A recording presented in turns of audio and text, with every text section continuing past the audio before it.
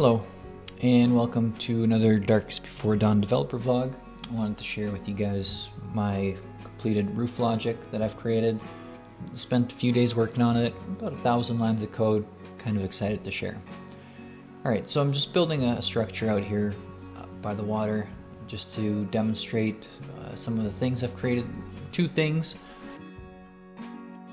The main two things are the roof cap logic. So by a roof cap, I mean you're able to build roofs that are odd number of blocks apart. So before, if it was 2 blocks apart, you'd have an angle, it'd come at a point.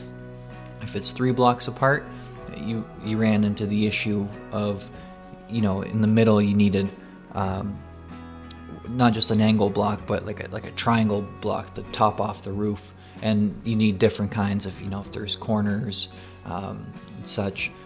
So now the top blocks deform correctly.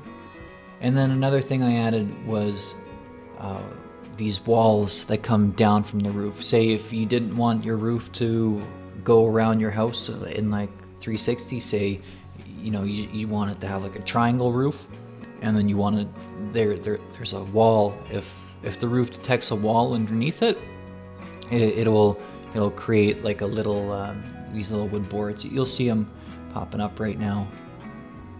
You see how the roof there, they have these little walls to kind of finish it off. So I added that. I added the rooftop blocks. You can see the caps going on now. You should be able to see them deform into the corners. I added some new logic for the dithering, so you can see the beams better, but the roof disappears. And then I just kind of changed how the dithering gets activated. So before, I was sending a ray from the camera to the player to see if it should be dithered, and I realized that was kind of dumb, and I changed it to send from the player to the camera, so anything that's really blocking the player gets dithered, and just the calculation was a little bit easier. I'm just kind of demonstrating some different shapes that you can build, how you can do 2 by 2, 3 by 2. The biggest I think you'll be able to span width-wise is 5 corners, 5 blocks, and which I think is pretty decent for a game this size. Keep in mind, building houses like this will be more or less late game stuff. The first season you'll be just scrounging, barely surviving, stuff like that.